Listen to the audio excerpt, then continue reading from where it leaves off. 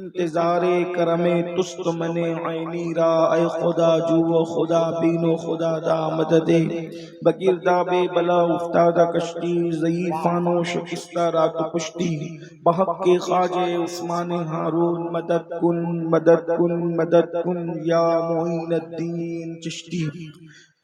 زمانے میں آئے بہت آنے والے، کوئی تجھ سا آیا نہ او آنے والے، سراجم منیرا لقب پانے والے، چمک تجھ سے پاتے ہیں سب پانے والے، میرا دل بھی چمکا دے چمکانے والے، برستا نہیں دیکھ کر ابر رحمت، بدوں پر بھی برسا دے برسانے والے، مدینے کے خطے خدا تجھ کو رکھے، غریبوں فقیروں کے ٹھہرانے والے، اب آئی شفاعت کی ساتھ اب آئی، ذرا چین لے میرے گھبرانے والے، میں مجرم ہوں آقا مجھے ساتھ لے لو، کہ رستے میں ہے جا بجا تھانے والے، اور رہے گا یوں ہی ان کا چرچا رہے گا، رہے گا یوں ہی ان کا چرچا رہے گا، رہے گا یوں ہی ان کا چرچا رہے گا، پڑے خاک ہو جائے جل جانے والے، اور رضا نفس دشمن ہے دم میں نہ آنا، کہاں تم نے دیکھے ہیں چندرانے والے۔ آج کی یہ محفل میلاد النبی صلی اللہ علیہ وآلہ وسلم کے حوالے سے انعقاد پذیر ہے۔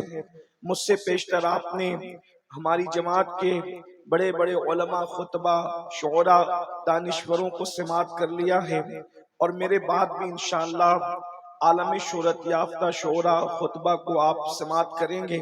میں ہر دو کے درمیان میں بہت مختصر سے وقت کے لیے حاضر ہوں، تھوڑی دیر میں آپ کی خدمت کے لیے حاضر ہوں۔ اللہ پاک کی بارگاہ میں دعا کرتا ہوں کہ رب تبارک و تعالی جس آیہ کریمہ کی تلاوت کی گئی ہے اس کے متعلق مجھے حق کہنے اور آپ سب کو حق سن کر اس پر عمل کرنے اور اسے عام کرنے کی توفیق عطا فرمائے۔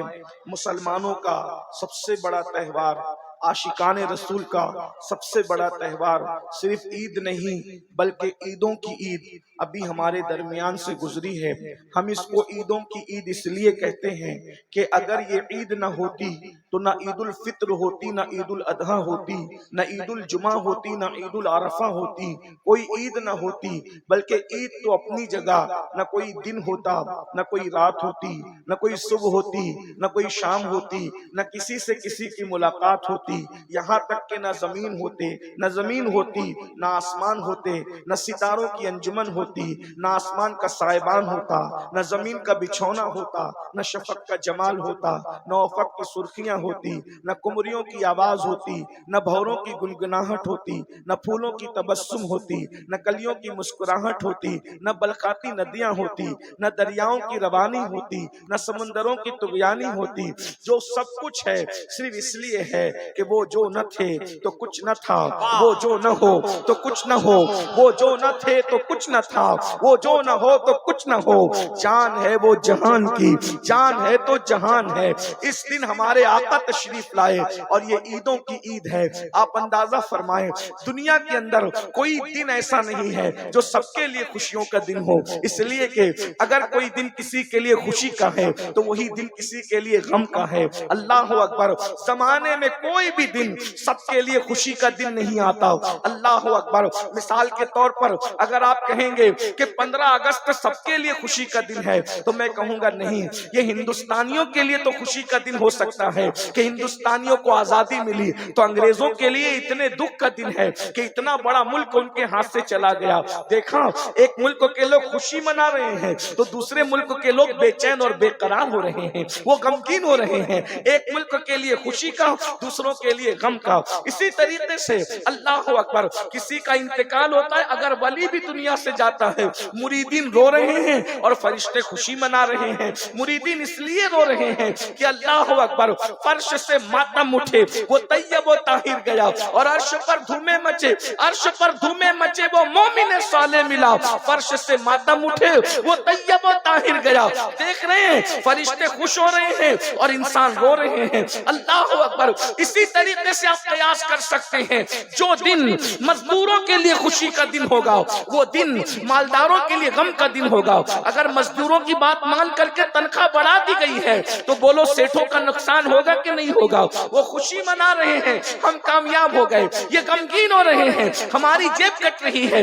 اسی طریقے سے آپ دیکھتے چلے جائیں، اللہ اکبر۔ لیکن کائنات میں ایک دن ایسا بھی آتا ہے جو مالداروں کے لیے بھی خوشی کا ہے اور غریبوں کے لیے بھی خوشی کا ہے۔ ایک دن ایسا بھی آتا ہے جو زمین والوں کے لیے بھی خوشی کا ہے اور آسمان والوں کے لیے بھی خوشی کا ہے۔ ایک دن ایسا آتا ہے جو مسلمانوں کے لیے بھی خوشی کا ہے اور غیر مسلموں کے لیے بھی خوشی کا ہے۔ اللہ اکبر۔ ایک دن ایسا آتا ہے جو فرشیوں کے لیے بھی خوشی کا ہے، عرشیوں کے لیے بھی خوشی کا ہے۔ وہ دن کون سا ہے؟ وہ دن صرف اور صرف میلاد النبی کا دن ہے، مصطفیٰ جان رحمت کی آمد کا دن ہے۔ آپ کہیں گے وہ کیوں؟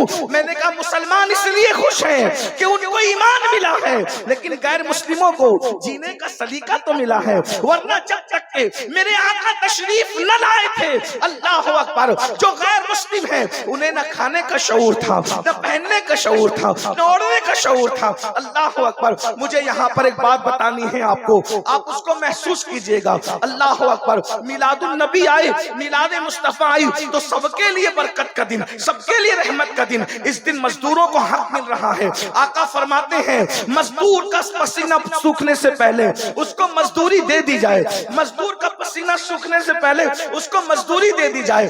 یہ تو جانوروں کے لیے بھی خوشی کا دن ہے۔ اللہ اکبر۔ پہلے لوگ جانوروں کو کھانے کے لیے کبھی پیر کاٹ دیتے تھے، کبھی کچھ عضو کاٹ دیتے تھے، زندہ جانور کے عضو کاٹ کاٹ کے کھائے جاتے تھے۔ رحمت للعالمین نے فرمایا اگر حلال جانور کھانا ہی ہے تو اس طرح اس کو اذیت دے کر نہ کھاؤ، بلکہ پہلے گلے کے پاس سے اس کو ذبح کر لو، اور جب اس کا جسم ٹھنڈا ہو جائے پھر اس سے جلد اتارو، اس کے بعد اسے کھایا جائے۔ اللہ اکبر۔ جس نے جانوروں کے حقوق بتائے، جس نے انسانوں کے حقوق بتائے، جس نے راستے کے حقوق بتائے، جس نے درختوں کے حقوق بتائے، جس نے پتھروں کے حقوق بتائے، اللہ اکبر، جس نے اللہ اکبر شوہر کی چتا پر جلنے والی عورت کے قدموں میں جنت کو سمیٹ کر رکھ دیا اور عورت کا مقام بتایا، الجنت تحت اقدام امہاتکم، جنت تمہاری ماؤں کے قدموں کے نیچے ہے۔ جب تک حضور تشریف نہ لائے تھے بیواؤں کو چتا پر جلایا جاتا تھا۔ آمنہ کے لال ایک بیوہ خاتون کی گود میں تشریف لا کر کے دنیا کو بتاتے ہیں ارے اگر بیوہ منحوس ہوتی تو نبی کی ماں بیوہ کیوں ہوتی؟ نبی کی ماں جیسی خوش نصیب بھی کوئی ہو سکتا ہے؟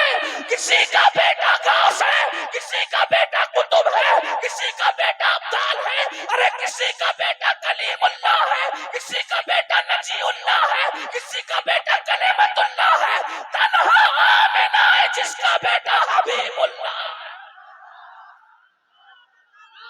کیا کہنے، زندہ باد زندہ باد۔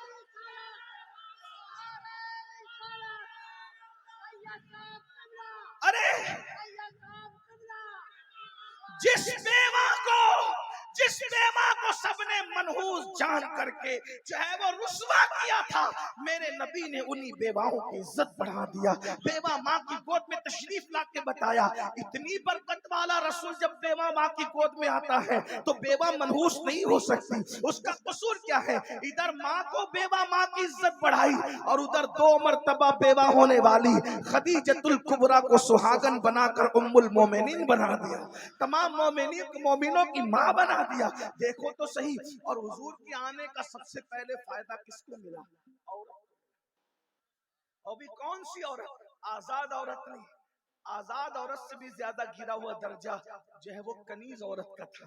لیکن حضور جیسے دنیا میں تشریف لائے کنیز دوڑی دوڑی گئی اور ابو لہب سے کہا ابو لہب مبارک ہو، تیرے گھر بھتیجا آیا ہے، تیرے بھائی عبداللہ کے یہاں بیٹا آیا ہے۔ ایسے ہی ابو لہب نے انگلی کا اشارہ کر کے کہا جا میں نے بھتیجے کی خوشی میں تجھے آزاد کر دیا۔ گویا کہ نبی آ کے بتا رہے ہیں اب میں آ گیا ہوں، عورتوں کو آزاد کرانے کے لیے آیا ہوں، عورتوں کو آزادی دینے کے لیے۔ آقا کی آمد کا سب سے پہلا فائدہ عورتوں کو ملا۔ آج لوگ عورتوں کے حقوق کی بڑی بات کریں، مجھے یہاں پر حضور کی میلاد کی بات کریں، جشن میلاد۔ حضور آئے، انقلاب آیا۔ پہلے میں آپ کے سامنے کچھ باتیں پڑھنا چاہتا ہوں۔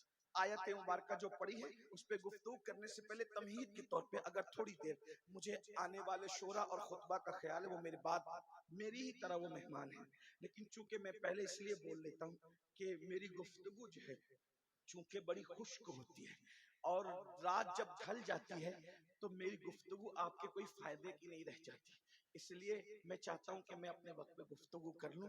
ویسے انشاءاللہ تعالی اللہ جب تک توفیق دے گا گفتگو کے بعد میں بیٹھا رہوں گا، میں جاؤں گا انشاءاللہ اللہ کی توفیق کے مطابق بیٹھ رہا ہوں، لیکن آپ کی توجہ چاہتا ہوں اب تھوڑی دیر بہت غور سے میلاد کا فلسفہ، جو لوگ کہتے ہیں نا کہ میلاد سے کیا ہوا، میں آپ کے سامنے رکھنا چاہتا ہوں کہ میلاد صرف سنیوں کا تہوار نہیں ہے، یہ عالمی تہوار ہے، آفاقی تہوار ہے اور پوری کائنات کا تہوار ہے۔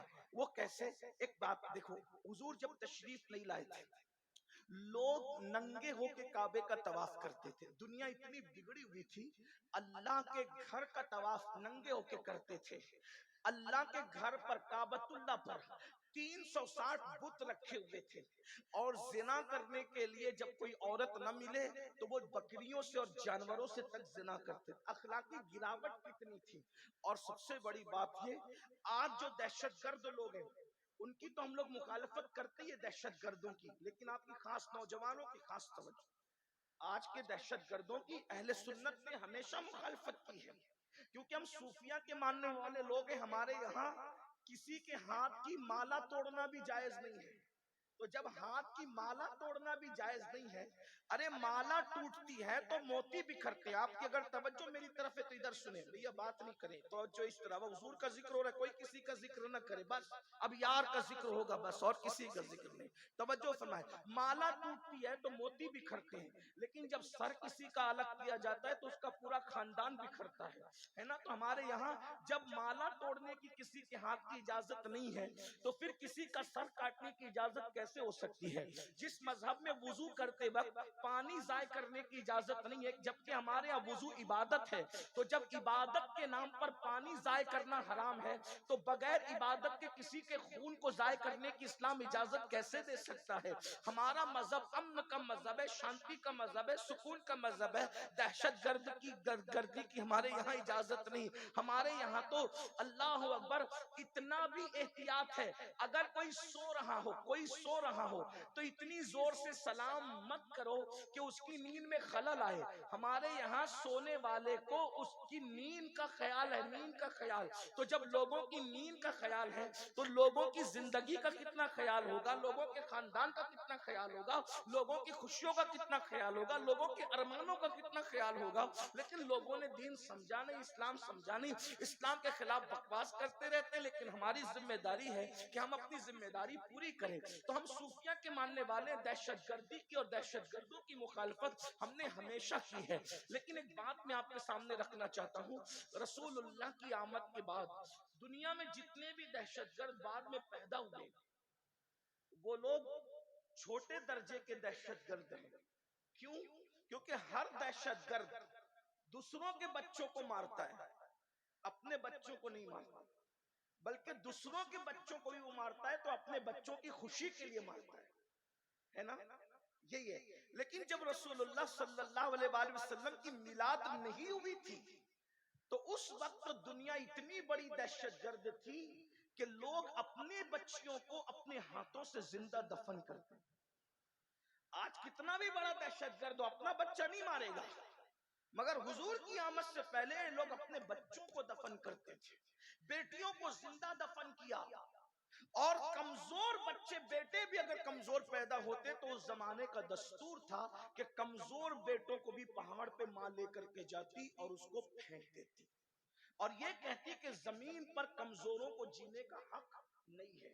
میں ایک روایت بیان کرتا ہوں جس سے آپ کو میلاد کی اہمیت پتہ چلے گی، بہت توجہ کے ساتھ میرے الفاظ کے جامع میں ایک روایت سنیں، پھر میلاد کی اہمیت آپ کو پتہ چلے گی کہ میلاد النبی ہے کیا، آمد رسول ہے کیا، میلاد مصطفیٰ صلی اللہ علیہ وآلہ وسلم ہے کیا، اور میلاد سے کس کس کو فائدہ پہنچا، کس طرح پہنچا۔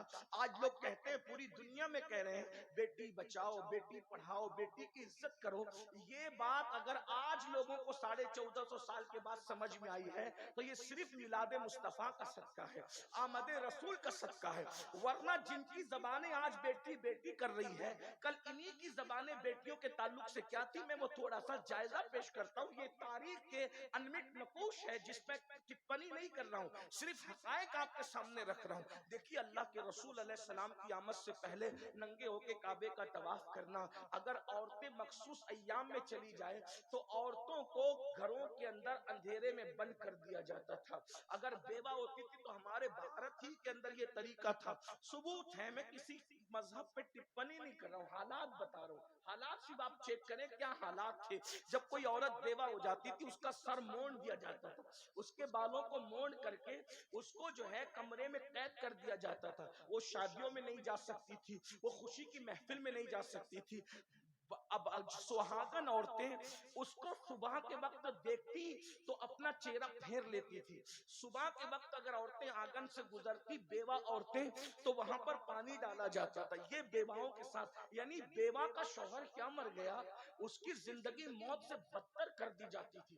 پہلے تو جلا دی جاتی تھی شوہر کے ساتھ، اور اگر جو بچ بھی جاتی وہ اس طرح بدترین حالات میں زندگی گزارتی تھی کہ اس کو کہیں حق حاصل نہیں تھا. یہ دنیا کے حالات تھے. یونان کو دیکھیں، ہندوستان کو دیکھیں، عرب کو دیکھیں. لیکن اب آئیے تھوڑا سا میلاد پر توجہ کرتے ہیں. حضور علیہ السلام کی محنتیں بہت ہیں. آپ غور کیجئے گا. بات جو کچھ چلانے پیچھے انہیں چلانے دیں، کیوں چلانے مجھے نہیں پتا، لیکن اگر ذکر رسول سے بڑی بھی کوئی چیز ان کے نزدیک ہے تو وہ بات کرتے رہیں. لیکن مجھے کوئی غصہ نہیں اس پر. بات آپ بہت اچھے سے سن رہے ہیں ماشاءاللہ. مسلم ٹولہ ویشالی والے اور گرد و نواح سے آنے والے، اللہ تم سب کو میلاد مصطفیٰ کا صدقہ دے. منبر والوں کو بھی، زمین والوں کو بھی، سب بڑی محبتیں دے رہے ہیں. لیکن آپ تھوڑا غور سے بات سنیں، کیونکہ یہ باتیں غور سے سننے کی ہے. یہ تقریر نہیں ہے، کوئی خطاب نہیں ہے. یہ صرف جو ہے یہ کسی کے دل کا درد ہے جو آپ کے دلوں کے دروازے پہ کوئی منتقل کرنے آیا ہے. بس بات اتنی ہے اور بات کوئی نہیں ہے.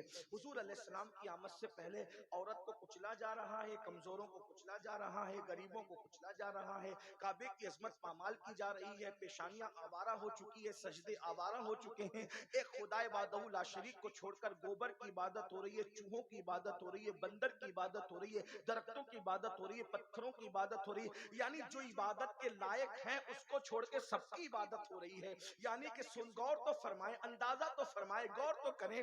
انسان کتنا بگڑ چکا تھا. انسان کا چہرہ انسان کی طرح تھا، وہ درندوں سے زیادہ وحشی ہو چکا تھا، جانوروں سے بدتر ہو چکا تھا. جو خدا کی حق تلفی کرنے لگے وہ کس کا حق ادا کریں گے؟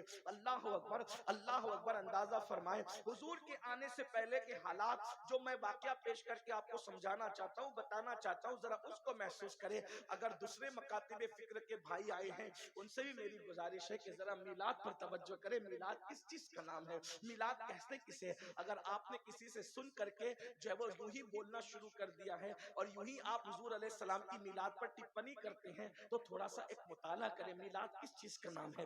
دراصل بات یہ کہ جب اللہ کے رسول تشریف لائے تو حضور علیہ السلام کی عادت کریمہ تھی کہ آقا علیہ السلام فجر کی نماز کے بعد اپنے صحابہ کی طرف رخ کر کے اور قبلے کی طرف پیٹ کر کے بیٹھ جاتے تھے اور صحابہ کرام سے پوچھتے تھے آپ میں سے کسی نے کوئی خواب تو نہیں دیکھا؟ صحابہ اگر خواب دیکھتے تو حضور کو وہ بیان کرتے. حضور علیہ السلام اس خواب کی تعبیر بیان کرتے. کبھی کوئی خواب حضور دیکھتے تو اللہ کے رسول علیہ السلام اپنا خواب بیان کرتے اور ان کو تعبیر بتاتے. اسی طرح کبھی کبھی ایسا ہوتا زمانے جاہلیت کی باتیں یعنی حضور علیہ السلام کی آمد سے پہلے کی باتیں نکل جاتی تو کبھی صحابہ رو پڑتے، کبھی مسکرا پڑتے. کبھی کبھی ایسا ہوتا کہ حضور فرماتے وہ زمانے جاہلیت کے فلاں شاعر نے ایک شعر کہا تھا، کسی کو یاد ہے تو سناؤ. اس کا شعر کیا تھا وہ سناؤ. یعنی حضور کی ایک محفل تھی جہاں رونا بھی تھا، جہاں مسکرانا بھی تھا، جہاں تبسم بھی تھا، جہاں تکلم بھی تھا. ایک محفل میں ساری انجمنیں سمٹ آتی تھی. اب غور کریں، ایک دن ایسا ہوا فجر کی نماز کے بعد آمینہ کا لال، عبداللہ کا جگر پارا، ہم سب کے آقا و مولا مصطفیٰ کریم رؤوف الرحیم صلی اللہ علیہ وآلہ وسلم صحابہ کے جھرمٹ میں بیٹھے. ذرا تصور میں لائیے گرد و نواح سے آنے والوں، ذرا تصور میں لائیے جب ان کا ذکر کرتے ہیں تو محفل اتنی اچھی لگتی ہے، اتنا نور برستا ہے، ایسی رحمتوں کی برسات ہوتی ہے. جب بذات خود وہ کسی محفل میں جلوگر ہوتے ہوں گے تو اس وقت محفل کا عالم کیا ہوتا ہوگا. ایک طرف صدیق باوفا ہے، ایک طرف فاروق ہے، فاروق اعظم ہے، ایک طرف عثمان ذو النورین ہے، ایک طرف حیدر کرار ہے، کہیں سعد ہے، کہیں سعید ہے، کہیں طلحہ ہے، کہیں زبیر ہے، کبھی ابو عبیدہ ہے، کہیں ابو جو وہ عبد الرحمن ابن عوف ہے، کہیں ابو ہریرہ ہے، کہیں خالد ابن ولید ہے، غرض کے صحابہ کے جھرمٹ میں آمینہ کا لال جلوگر ہے، آفتاب رسالت، مہتاب رسالت کی جلوگری ہے، اور حضور علیہ السلام کے اس محفل میں اچانک زمانے جاہلیت کا ذکر نکل آتا ہے۔ ایک صحابی جنہوں نے جاہلیت کے دور میں بھی ایک طویل عمر گزاری تھی اور وہ ایمان کی دولت حاصل کر چکے تھے، انہوں نے عرض کی یا رسول اللہ آپ تشریف لے آئے نا، بڑا احسان کیا ہم پر، حضور آپ آ گئے نا، بڑا احسان کیا ہم پر، آپ آئے ہیں تو عالم میں بہار آئی ہے، آپ آئے ہیں زمانے میں بہار آئی ہے، حضور آپ نہ آئے تھے ہم تو جانوروں سے بدترین زندگی گزار رہے تھے، حضور آپ نہ آئے تھے ہم تو جانوروں سے بھی غیر گزری زندگی گزار رہے تھے، آقا آپ آ گئے، خدا کا شکر ہے، بہت احسان ہے۔ یعنی میلاد کا گویا کہ وہ جلسہ ہو رہا تھا، جلسہ میلاد کی الگ الگ انداز ہے، جیسے جیسے حالات بدلتے گئے انداز بدلتے گئے، اب اس سے بڑی میلاد کی محفل کیا ہوگی، صاحب میلاد خود موجود ہے، حضور کی آمد کا تذکرہ ہو رہا ہے، حضور علیہ السلام کی آمد پر شکر ادا کیا جا رہا ہے، اس سے بڑی میلاد کی محفل کیا ہوگی۔ اتنے میں وہی صحابی کہتے ہیں آقا اگر اجازت دیں تو میں لوگوں کو بتاؤں کہ جب آپ نہیں آئے تھے تو ہم کتنے خوکار تھے، ہم کتنے برے تھے، ہم کتنی برائی میں زندگی گزار رہے تھے، اور آپ آئے تو ہم کیسے بدل گئے۔ حضور نے فرمایا اجازت ہے، بتاؤ تم نے جاہلیت کا دور کیسے گزارا، کفر کا دور کیسے گزارا، میرے آنے سے پہلے کے حالات کیسے گزارے۔ تو اس صحابی نے کہا یا رسول اللہ حالات تو بڑے طویل ہے جو ہم نے گزارے ہیں، لیکن زندگی کا ایک واقعہ جو مجھے یاد آتا ہے میں آپ کو سناتا ہوں۔ اب وہ واقعہ وہ صحابی حضور کو سنا رہے ہیں، سب صحابہ سن رہے ہیں، اب میں ان کی آواز کو لا تو نہیں سکتا لیکن ان کے الفاظ کو اپنے الفاظ کے جامع میں نقل کرتا ہوں تاکہ میلاد کی اہمیت پتا چلے۔ وہ کہتے ہیں آقا میں وہ ظالم باپ ہوں، وہ ان کی اپنی بات ہے، ہم صحابی کو ایمان لانے کے بعد کبھی برے الفاظ سے یاد کرنا تو دور کی بات، کبھی اس کا تصور نہیں کر سکتے، لیکن صرف بیک گراؤنڈ سمجھ میں آ جائے، صحابی کے جذبات سمجھ میں آئے، آدمی اپنے بارے میں جو چاہے کہے ہم نہیں کہہ سکتے، ہر صحابی تو ہمارا آقا ہے، ہمارا مولا ہے، ہزاروں غوث و کتب اور ابدال کسی صحابی کے قدموں کے مرتبے کو نہیں پہنچ سکتے، بس یہی بات ہے، اس لیے ہم ہر صحابی کا احترام کرتے ہیں،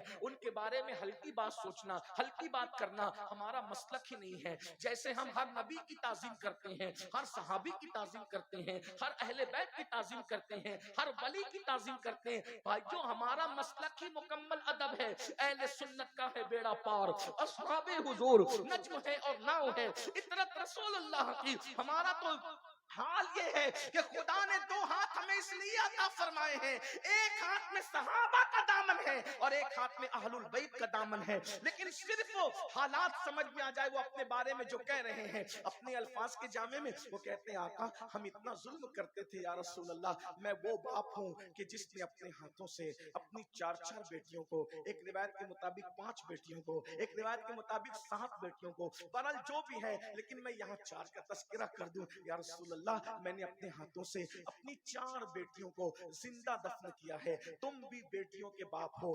الحمدللہ میرے گھر میں بھی سیدہ کی 2 کنیزیں موجود ہیں، اللہ اللہ اندازہ کریں بیٹوں سے زیادہ آج مسلمانوں کو بیٹیوں سے پیار ہے۔ آئیے میں آپ کو بتاؤں اس کی وجہ کیا ہے، اس کی وجہ صرف میلاد النبی ہے۔ اگر مائیں اور بہنیں میری گفتگو سن رہی ہیں تو وہ بھی بڑی توجہ سے سنیں، ارے یہ ٹی وی چینلوں پہ بیٹھ کر اسلام کے خلاف بکواس کرنے والوں کے بہکاوے میں آنے کی ضرورت نہیں ہے۔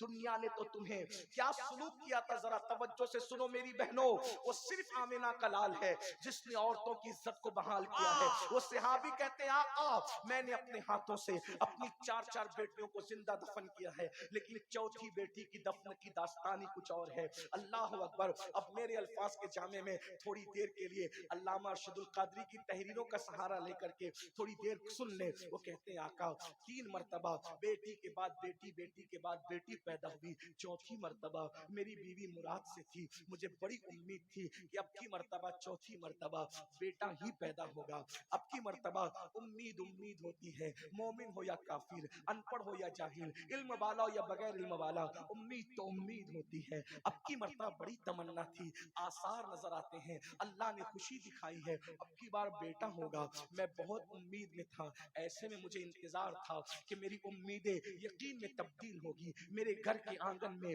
خوشیوں کے پھول مسکرائیں گے، میں اسی انتظار میں تھا، اچانک مجھے بہت مجبوری کے تحت ایک لمبے سفر پہ جانا پڑا۔ ظاہر سی بات ہے اس دور کا سفر ٹرینوں کا سفر تو نہیں تھا، پلینوں کا سفر تو نہیں تھا۔ مثال کے طور پہ آج کتنی دنیا سمٹ گئی ہے، میں صبح کو میں کلیر شریف سے چلا ہوں اور شام ہونے سے پہلے میں پٹنہ پہنچ گیا ہوں۔ اتنی دنیا سمٹ گئی، اگر میں کلیر شریف کا پروگرام کر کے ویشالی آتا تو شاید ایک مہینہ گزر جاتا اور میں پہنچ پاتا، لیکن دنیا سمٹ گئی ہے۔ تو اس دور میں جو سفر ہوتے تھے 2-2 3 دن کے نہیں ہوتے تھے، مہینوں کے ہوتے تھے، سالوں کے ہوتے تھے۔ وہ کہتے ہیں یا رسول اللہ اچانک لمبا سفر درپیش تھا تو میں نے اپنی بیوی کو بلایا، اور بیوی کو بلا کر اب دیکھو وہ صحابی کے الفاظ میں اپنے الفاظ کے جامع میں سمیٹ کر پیش کر رہا ہوں، تصورات کی دنیا میں کھو جائیے۔ حضور کی محفل میں صحابی کا بیان، کہتے ہیں آقا جب میں سفر پہ جانے لگا تو میں نے اپنی بیوی کو بلایا اور بیوی کو بلا کر کہا دیکھو اگر بیٹا پیدا ہو اس کی نگہداشت کرنا، اس کا خیال کرنا، اس کی پرورش کرنا، لیکن ہاں اگر پہلے کی طرح بیٹی پیدا ہو تو پھر تم اس کو زندہ مت رکھنا، بلکہ جیسے میں نے قبر کھود کر کے اس کو دفن کر دیا تھا 3 بیٹیوں کو، ویسے چوتھی کو بھی تم دفن کر دینا۔ گویا کہ ایک باپ اپنی بیوی کو اپنی بیٹی کے حوالے سے یہ وصیت کر رہا تھا سفر پر جانے سے پہلے کہ جب تیرے یہاں بیٹی پیدا ہو تو تو ممتا کا اظہار نہ کرنا، ممتا کا اظہار نہ کرنا، بلکہ ناگن بن کر کے اس کو ڈس لینا۔ اللہ اکبر! اندازہ فرمائیں بیٹی کا یہ حال تھا، بیٹی کے بارے میں تصورات تھے۔ اور اس کے بعد پھر میں سفر پہ چلا گیا، اور جب بہت طویل عرصے کے بعد میں سفر سے واپس آیا تو میں نے اپنی بیوی سے سب سے پہلا سوال یہ کیا بتاؤ جو امانت میں تمہارے پیٹ میں چھوڑ کر کے گیا تھا اس امانت کے بارے میں تم کیا کہتی ہو؟ میری بیوی نے مجھ سے جھوٹ بولا اور اس نے کہا میرے سرتاج مردہ بچی پیدا ہوئی تھی میں نے پھینک دیا، بات آئی گئی ہو گئی، اب میں اپنی نارمل زندگی گزارنے لگا۔ ایک دن ایسا ہوا یا رسول اللہ جو گھر آنے کا میرا ٹائم تھا اس کے علاوہ یعنی اس ٹائم کے علاوہ جلدی سے میں گھر آیا تو میں نے کیا دیکھا کہ میرے گھر کے آنگن میں میری بیوی ایک ننھی سی 4 سال کی بچی کے ساتھ کھیل رہی ہے۔ وہ بچی کی شکل ہو بہو میری طرح تھی، وہ میری ہم شکل تھی اور میری بیوی کو وہ ماں کہہ کے پکارتی تھی۔ میں نے پہلی مرتبہ اپنے گھر کے آنگن میں کوئی بیٹی دیکھی تھی، اس لیے کہ ہمارے یہاں بیٹی کا کیا تصور تھا؟ بیٹی کا مطلب شیطنت، بیٹی کا مطلب بے برکتی، بیٹی کا مطلب نحوست، بیٹی کا مطلب تباہی، بیٹی کا مطلب بربادی۔ ہم بیٹی کو یہ سب کچھ سمجھتے تھے، شیطان کا دوسرا روپ ہم بیٹی کو سمجھتے تھے، بے برکتی کا سبب ہم بیٹی کو سمجھتے تھے، نحوست کا سبب ہم بیٹی کو سمجھتے تھے۔ میں نے 4 سال کی اپنی ہمشبی بیٹی کو اپنے آنگن میں دیکھ کر کے گرجدار آواز میں پوچھا کون ہے یہ بچی؟ تو میری بیوی میرے قدموں میں گر گئی اور قدم پکڑ کر کہنے لگی میرے سرتاج آپ پوچھتے ہیں بچی کون ہے؟ دراصل میں نے آپ سے جھوٹ بولا تھا، بات یہ ہے یہ میری اور تمہاری محبتوں کی نشانی ہے، یہ میری اور تمہارے پیار کی نشانی ہے۔ 4 بیٹیاں ہو گئی ہے، 3 کو تو دفن کر دیا، اب 5ویں مرتبہ پتہ نہیں میں ماں بن سکوں گی کہ نہیں بن سکوں گی، اس لیے چوتھی بچی کو ممتا کی وجہ سے بچا لیا ہے۔ تو اب اس کو دفن مت کیجیے گا، اس کو ماریے گا مت، اس کو جو ہے وہ اس کی زندگی مت ختم کیجیے گا۔ میری بیوی نے مجھے اتنی منت و سماجت کی کہ پھر میں نے فیصلہ کر لیا اب میں یہ بیٹی کو پالوں گا، دفن نہیں کروں گا۔ لیکن ماحول معاشرہ اتنا ظالم تھا کہ ہم بیٹی کو برداشت نہیں کر سکتے تھے، اس لیے کہ بیٹی بڑی ہوگی، شادی ہوگی، کوئی داماد بنے گا، وہ ہمیں دبائے گا، اس لیے ہم بیٹیوں کو دفن برداشت نہیں کر سکتے تھے۔ میں نے بیوی کو کہا ٹھیک ہے میں وعدہ کرتا ہوں ہم اسے پالیں گے، اور پھر اس کے بعد بیٹی میری بیٹی میں نے اس کے ساتھ محبت کی ایکٹنگ شروع کی، محبت کا ایک گویا کے دوہرا معیار اور گویا کے ظاہری طور پہ محبت میں نے شروع کی۔ مگر بیٹی کی خصوصیت یہ ہوتی ہے کہ بیٹی ماں سے زیادہ سب سے زیادہ اگر کسی سے پیار کرتی ہے تو وہ اپنے باپ سے پیار کرتی ہے۔ میری بیٹی جب سوتی تھی تو میری باہوں میں سوتی تھی، میرے بغیر وہ رہتی نہیں تھی، وہ مجھے ابا کہہ کے پکارتی تھی تو بہت پیار کا سمندر اس کے اندر ٹھاٹھے مارتا تھا، لیکن مجھے وہ بری لگتی تھی۔ میں انتظار میں تھا کہ کبھی موقع ملے تو میں اس نحوست کو، اس بے برکتی کو زندہ دفن کر دوں گا۔ ایک دن میں نے میری باہوں میں سونے والی بیٹی کو اپنے باہوں میں لٹایا اور میں انتظار کرنے لگا جب رات گہری ہو جائے، رات تاریک ہو جائے، میں اس نحوست و شیطنت کو دفن کر دوں۔ بس ایسے ہی ہوا، رات تاریک گزر گئی، رات کی سیاہ زلفیں اللہ اکبر جب اس کے گھٹنوں سے نیچے ڈھلکنے لگی، رات کی سیاہ زلفیں اللہ اکبر جب چادر بن کر افق مکہ پر گہرائی کے ساتھ چھا گئی، سونے والے سو رہے تھے، نشے میں دھت ہونے والے ہو رہے تھے، پاپ کرنے والے پاپ کر رہے تھے، اللہ اکبر اس بتوں کی گندگی اور نحوست سے کعبۃ اللہ شریف کی عظمت کو تار تار کرنے کی کوشش کی گئی تھی، لیکن قدسیان فلک رات کے آخری حصے میں کعبۃ اللہ کے طواف کے لیے نازل ہو رہے تھے، سارے مکے کے دروازے بند تھے، اچانک ایک دروازہ اس رات کی گہرائی میں کھلتا ہے اور ایک باپ سونے والی بیٹی کو اپنے ہاتھ میں لے کر کے خاموشی کے ساتھ باہر نکلتا ہے، بیوی کی آنکھوں سے بچا کر اس کی نیند کا فائدہ اٹھا کر۔ غور کریں، ایک باپ کے ہاتھ میں ایک 4-4.5 سال کی بچی ہے اور وہ لے کر کے باہر نکلتا ہے۔ جیسے ہی وہ اپنی بیٹی کو لے کر باہر نکلتا ہے، سوچئے اس طرح سے تو آج بھی کئی باپ لے کر کے باہر نکلتے ہیں، لیکن حضور کی میلاد کے پہلے کے باپ کے اس طرح نکلنے میں اور آج کے باپ کے اس طرح نکلنے میں آپ نے کوئی فرق محسوس کیا ہے؟ فرق یہ ہے، کسی بھی مذہب کا باپ ہو، کسی بھی مسلک کا باپ ہو، آج جب بیٹی کو ایسے لے کر کے نکلتا ہے تو یقیناً اس کی بیٹی بیمار ہوتی ہے اور وہ دوا خانے کی طرف دوڑتا ہے اور کہتا ہے ڈاکٹر میری پوری پونجی لے لے مگر میری بچی کو بچا لے۔ یہ میلاد کے بعد کے جذبات ہے، ہر مسلک کا باپ، ہر مذہب کا باپ۔ اور اس سے پہلے ایک باپ نکل رہا ہے ہاتھ میں بیٹی کو لے کے تو زندہ دفن کرنے کے لیے، اور اس کے بعد وہ باپ کہتا ہے یا رسول اللہ جب میں جلدی چلنے لگا تو میرا پیر ایک پتھر سے ٹکرایا، میں زمین پہ گر گیا، جب زمین پہ گرا ہوں تو میری بچی دور گری ہے، میں گرا ہوں لیکن اس بچی کی نیند اس ٹھوکر کی وجہ سے زمین پہ گرنے سے کھل گئی، میں اٹھا، جلدی سے میں نے اٹھا سنبھلا اور اس سے پہلے کہ میری بیوی کو خبر ہو اور وہ دوڑتی ہوئی آئے اس بچی کو بچا لے، میں نے بچی کو اٹھایا تو بچی جاگ چکی تھی، وہ رو کر کہتی تھی بابا تمہیں کہیں چوٹ تو نہیں آئی؟ بابا تمہیں کہیں، بیٹی تو بیٹی تھی نا، بابا تمہیں کہیں چوٹ تو نہیں آئی؟ اللہ اکبر، آقا اس کے اس معصومانہ جملے پر بھی میرا دل نہیں پگھلا۔ میں نے کہا چلو، اس بچی نے کہا آپ مجھے اندھیرے میں کہاں لے جا رہے ہیں؟ میں نے کہا چلو۔ جب وہ چلنے کے لیے تیار نہ ہوئی اور اس نے اپنی ماں کو پکارا تو یا رسول اللہ میں نے اس کو گھسیٹنا شروع کیا، پہلے ہاتھ پکڑ کے گھسیٹا، جب اس نے کہا میں نہیں آؤں گی، امی کہاں ہے؟ اندھیرے میں مجھے ڈر لگتا ہے، بابا آپ مجھے کہاں لے جا رہے ہیں؟ یا رسول اللہ شیطان مجھ پر اتنا غالب تھا کہ جب ہاتھ پکڑ کر میری بیٹی میرے ساتھ چلنے کے لیے تیار نہ ہوئی تو اس وقت میں نے اس کے بالوں کو پکڑا اور بالوں کے ذریعے سے گھسیٹ کر کے میں اس کو وہاں لے جانے لگا۔ مکے کے لوگ جہاں اپنی بچیوں کو زندہ دفن کرتے تھے، یا رسول اللہ وہ مجھ سے بار بار کہتی تھی بابا مجھ سے قصور کیا ہوا ہے، مجھ سے غلطی کیا ہوئی ہے، آخر محبت نفرتوں میں کیوں بدل گئی ہے؟ وہ باہوں میں سلانے والا باپ آخر مجھے لے کر کہاں جا رہا ہے؟ یا رسول اللہ میں نے کہا ظالم، تیرا باپ تجھ سے کبھی پیار نہیں کرتا تھا، تو نے مجھے باپ مانا تھا لیکن میں نے تجھے کبھی بیٹی نہیں مانا تھا۔ بالآخر یا رسول اللہ المختصر گھسیٹتے ہوئے میں وہاں لے گیا جہاں کعبۃ اللہ کے سامنے آج بھی ایک قبرستان ہے۔ حج کو جاؤ، عمرہ کو جاؤ تو جاؤ اور جا کر کے ننھی ننھی قبروں کو دیکھ کر اندازہ کرو کہ میلاد کے پہلے کے حالات کیا تھے، میلاد کو سمجھتے کیا ہو ظالمو؟ اللہ اکبر، اللہ اکبر۔ میں وہاں لے کر کے پہنچا اور جلدی سے میں گڑھا کھودنے لگا تاکہ شیطنت کو، نحوست کو، بے برکتی کو، بیٹی کو دفن کر دوں۔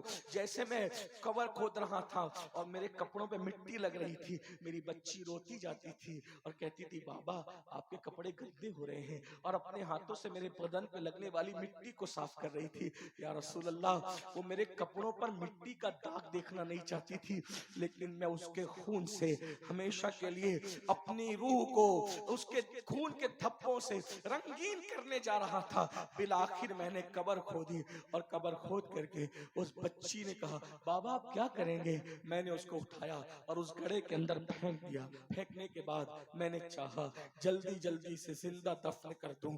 اللہ اکبر، میں ادھر سے مٹی ڈالتا، وہ کہتی مجھ سے کوئی غلطی ہو تو معاف کر دے بابا، اور غلطی بتا دے، میں آج کے بعد کوئی غلطی نہیں کروں گی، لیکن آپ مجھے دفن نہ کریں یا رسول اللہ۔ چونکہ وہ بڑی ہو چکی تھی، بچیوں کو زندہ دفن کرنا تو آسان تھا، جو چند دن کی تھی، چند لمحے کی تھی، یہ 4 سال کے اوپر کی ہو چکی تھی، کبھی ادھر ہوتی کبھی ادھر ہوتی۔ میں نے سوچا یہ شیطنت کو اگر میں دفن نہ کر سکا تو پھر بہت مسائل درپیش ہوں گے، تو میں نے سوچا پہلے اس کو مار ڈالوں اور مار ڈالنے کے بعد پھر دفن کروں۔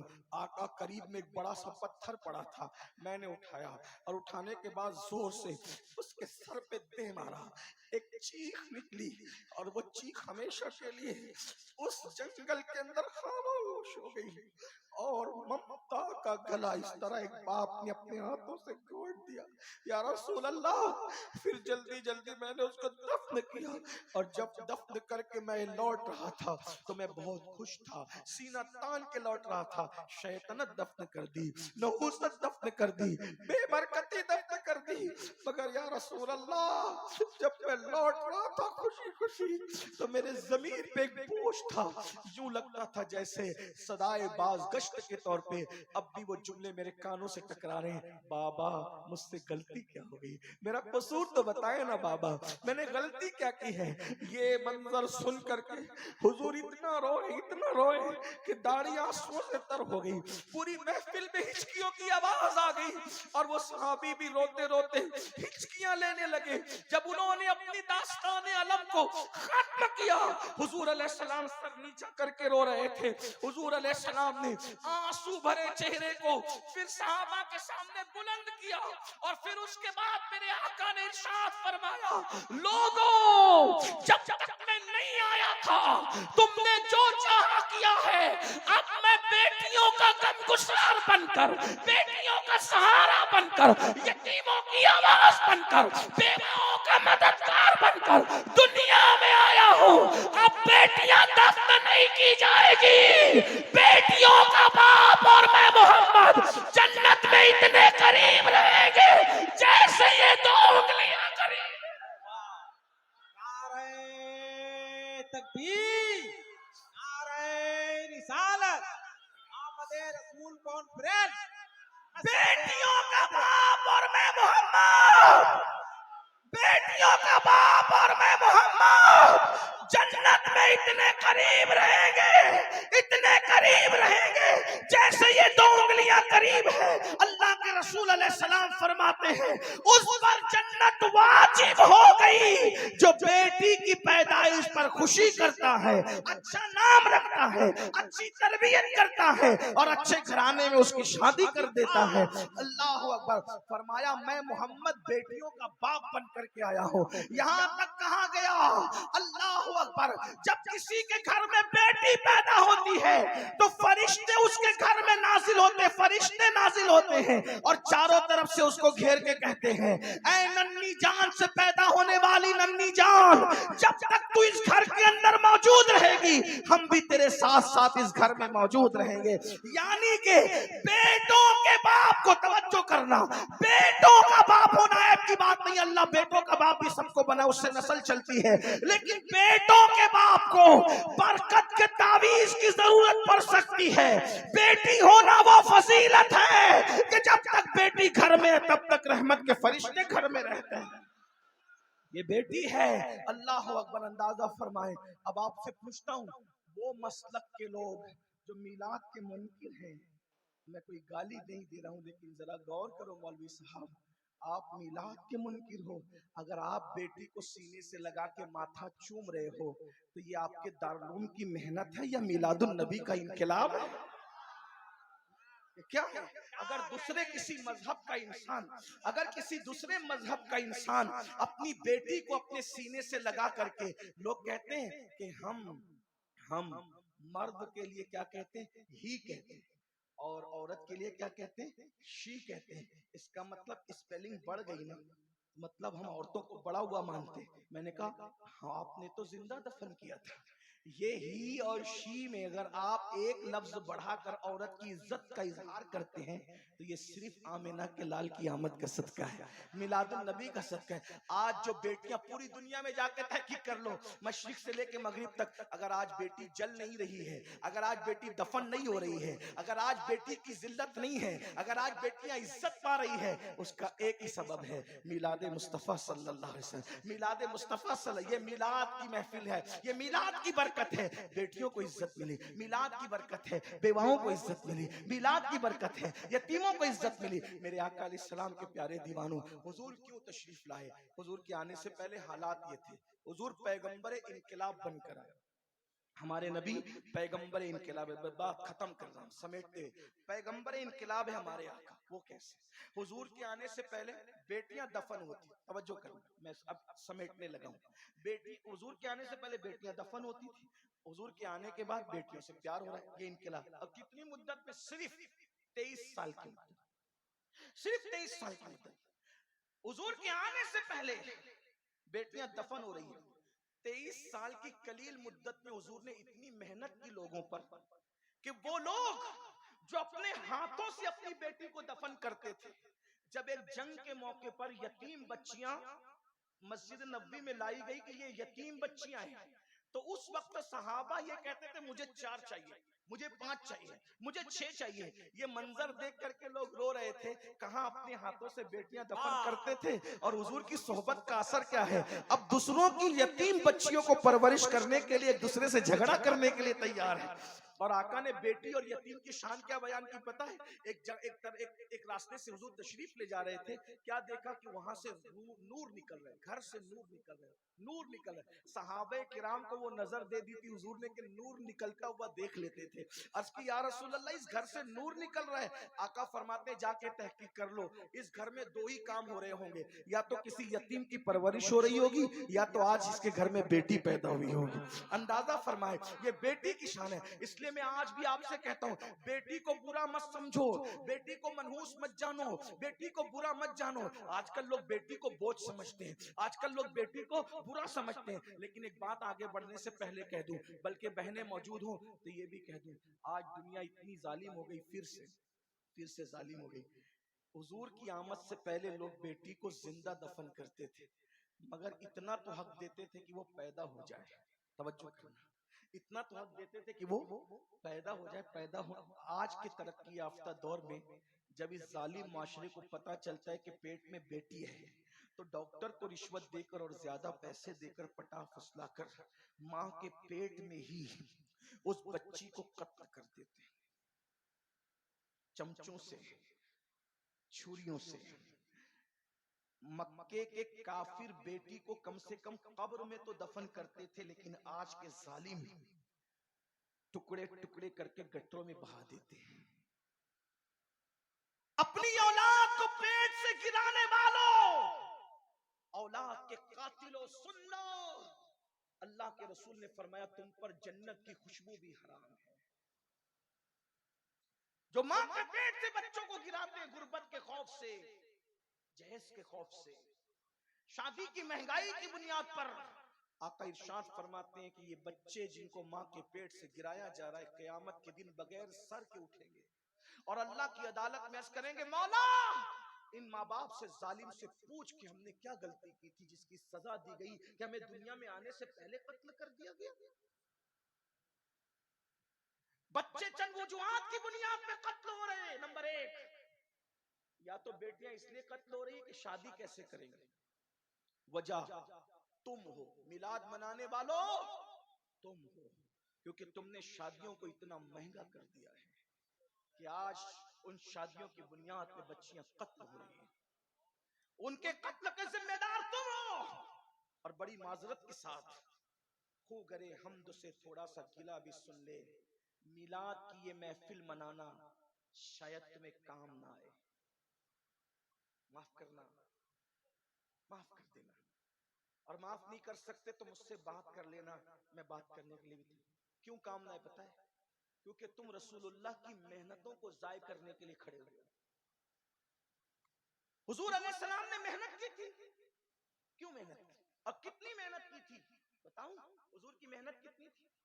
رسول اللہ کے عاشق بن کے حضور کی محنت کو ضائع کرنے کھڑے ہوئے ہو. تو ایسے عاشقوں پر حضور کی محنت کا اندازہ نہیں. ارے باپ کلکتہ جا کے، دلی جا کے، سعودی جا کر اگر مال کما کر کے لاتا ہے تو ایک بیٹا کہتا ہے میرے باپ کا ماتھے کا پسینہ پیر تک آیا ہے، تب کہیں جا کر کے یہ گلشن سجا ہے. تجھے باپ کے پسینے کا اتنا خیال ہے، رسول اللہ کے خون کا تجھے خیال نہیں؟ ارے تیرا گلشن باپ کے پسینے پر سجا ہے، لیکن یہ دین کا گلشن رسول اللہ کا خون، ماتھے کا خون نالین میں آیا تھا، نالین میں آیا تب یہ گلشن سجا ہے. تمہیں احساس نہیں؟ ام المومنین سیدہ عائشہ صدیقہ نے پوچھا تھا یا رسول اللہ صلی اللہ علیہ وآلہ وسلم آپ کی زندگی کا سب سے مشکل دن کون سا ہے؟ تھوڑا محسوس کر لیں، محسوس کر لیں. میلاد منانے والوں، تم بیٹیوں کے قاتل ہو، تم بیٹیوں کے قاتل ہو، تم سب قاتل ہو. آج تم شادی کے نام پر 2-3 لاکھ کا مطالبہ کرتے ہو. تمہاری دینداریاں کہاں جاتی ہے؟ اصلاح معاشرہ کا جلسہ تم رکھتے ہو، اصلاح معاشرہ کے جلسے میں تم آتے ہو، اپنے گھر کی شادی کے موقع پہ تمہارے اصلاح معاشرہ کے جذبات کہاں جاتے ہو؟ بتاؤ. داڑیاں رکھتے ہو، عمرے کرتے ہو، حج کرتے ہو، اور یہ ظلم کر رہے ہو. آج تمہیں یہ درد ہے، مقرر آتا ہے تو اس کے کان میں پھونکتے ہو مسلمانوں کی بچیاں غیروں کے ساتھ بھاگ رہی. ذمہ دار کون ہے؟ تم ہو. جب تم غریبوں کی بچیوں کے ساتھ شادیاں نہیں کرتے، تم نے اتنا مہنگا کر رکھا ہے. بہار، بنگال، یو پی میں لڑکے والے ظلم کر رہے ہیں، کشمیر میں لڑکی والے ظلم کر رہے ہیں، پورا ملک جل رہا ہے. کوئی ہے ایسا جو یہ سوچ سکے کہ میرے نبی نے بیٹی کی آبرو بچانے کے لیے محنت کتنی کی تھی؟ اس محنت کو 2-3 جملوں میں سن لیں، دل پہ نقش کر لیں. ام المومنین سیدہ عائشہ پاک نے پوچھا آقا آپ کی زندگی کا سب سے مشکل ترین دن کون سا ہے؟ پھر خود ہی کہنے لگی، چونکہ حضور سے بہت قریب تھی اور حضور کی بارگاہ میں جس کو کہتے ہیں نا کہ کسی کا اتنا فری ہو جانا کہ انسان منہ لگ جاتا ہے. حضور بہت پیار کرتے تھے ان سے. ان کے بستر پہ قرآن نازل ہوتا تھا، وہ جو چاہتی تھی سوال کر لیتی تھی. تو کہتی تھی سب سے مشکل دن آپ کی زندگی کا کون سا تھا؟ پھر خود ہی اسٹیٹمنٹ دے دیا، احد کا دن مشکل تھا نا آپ کے لیے، جس دن آپ کے دندان شہید ہو گئے تھے، گھوڑے سے آپ کو زمین پہ ڈال دیا گیا تھا، گھٹنے پھٹ گئے تھے، پورا جسم لہو لہان تھا. حضور خود نہیں چلتے تھے، صحابہ اٹھا کر کے پہاڑ پہ لے گئے تھے، پورے جسم سے لہو رس رہا تھا. آپ کے زندگی کا سب سے مشکل دن احد کا دن تھا نا آقا؟ حضور نے فرمایا نہیں. 70 صحابہ شہید ہوئے تھے احد کے دن، وہ مشکل دن نہیں تھا. امیر حمزہ کا کلیجہ چبایا گیا تھا. میری زندگی کا وہ مشکل دن اتنا مشکل تھا لیکن سب سے مشکل نہیں تھا. امیر حمزہ کی ناک، کان، ہونٹ، انگلیاں کاٹ کر رسی میں پرو کر ہار بنا کر پہننے والوں نے گلے میں پہنا تھا، بازو میں باندھنے والوں نے بازو میں باندھا تھا، پازیب کی شکل میں پیر میں ڈالے گئے تھے، کلیجہ چبایا گیا تھا. اس دن حضرت حنظلہ پہلی رات کا دولہ شہید ہوا تھا. 70 صحابہ کی لاشیں پڑی تھی. سرکار کہتے ہیں مشکل تو تھا عائشہ، لیکن سب سے مشکل دن میری زندگی کا وہ نہیں تھا. پھر پوچھا حضور کون سا تھا؟ تو میرے آقا نے فرمایا طائف کا دن میری زندگی کا سب سے مشکل ترین دن تھا عائشہ. عرض کی حضور اس کا کیا داستان ہے؟ فرمایا عائشہ جب مکے والوں نے میری بات نہیں سنی تو میں طائف گیا. 15 دن، 1 مہینہ یا 40 دن تک، 3 روایتیں ملتی ہیں، میں وہاں رہا. میں نے وہاں کے لوگوں کو سمجھایا، انہوں نے نہیں مانا بلکہ انہوں نے گالیاں دی، پیٹ کے پیچھے چھوکرے لگا دیے. وہ چلاتے تھے پاگل پاگل پاگل، اور آگے 2 قطار لگا کر کے کھڑے تھے، ان کے ہاتھوں میں پتھر تھے. میں جیسے گزرتا تو مجھ پہ پتھر برسا. آج ہم لوگ جب تقریر کرنے جاتے ہیں، نعت پڑھنے جاتے ہیں، دین کی خدمت کرنے جاتے ہیں، تو یہ احساس تڑپاتا ہے غلاموں کے لیے پھول برس رہے، بلکہ غلام بھی نہیں، ڈائریکٹ غلام در غلام در غلام در غلام، بلکہ ان کے در کے سگانے بے ہنر ان پہ پھول برس رہے، نذرانے دیے جا رہے، اچھے سے اچھا کھانا کھلایا جا رہا ہے. اور اس کے بعد جب نکلتے تو ہاتھ جوڑ کے میزبان کہتا ہے حضرت کوئی غلطی ہو تو معاف کر دے. یہ ہم لوگوں کے لیے جبکہ ہم دین کی خدمت نہیں کر پا رہے، لیکن اپنے رسول کے لیے کیا ہوا؟ مسلمانوں، میری قوم کے جوانوں، کیا ہوا؟ آقا فرماتے دو قطار لگا کر کے وہ کھڑے تھے اور مجھ پہ پتھر مار رہے تھے. پتھر سر سے لے کر کے پیر تک مارتے تھے، لیکن خاص طور پہ عائشہ وہ میری پنڈلیوں پہ پتھر مارتے تھے. نالین خون سے بھر گئی تھی، نالین خون سے بھر. مجھ سے کھڑا نہیں رہ جاتا تھا، میں بیٹھ جاتا تھا. عائشہ جب میں بیٹھ جاتا تھا تو وہ دونوں طرف سے میرے بازو پکڑ کے اٹھا کے کھڑا کرتے تھے اور کھڑے کر کے پھر مجھے مارتے تھے. یہ حضور کی محنت تھی. آج حضور کی محنتوں پر کس کو احساس ہے؟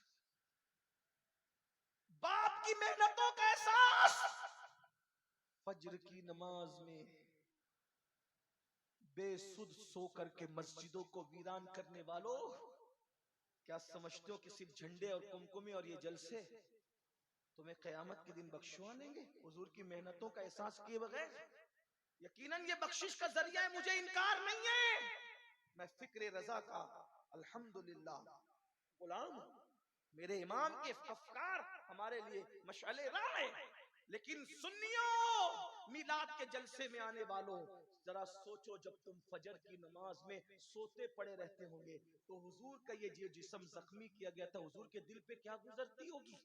ہاں ہاں، رات کے 3 بجے تک جب تم زنا کی فلمیں دیکھتے ہو عاشقان رسول، جلسوں میں کہتے ہو نبی کے نام پہ جان قربان کریں گے، اور نرم گدوں پہ لیٹ کر کے جب تم گندی فلم دیکھتے ہو تو رسول اللہ کے دل پہ کیا گزر؟ اسی دن کے لیے میں نے طائف میں پتھر کھائے تھے.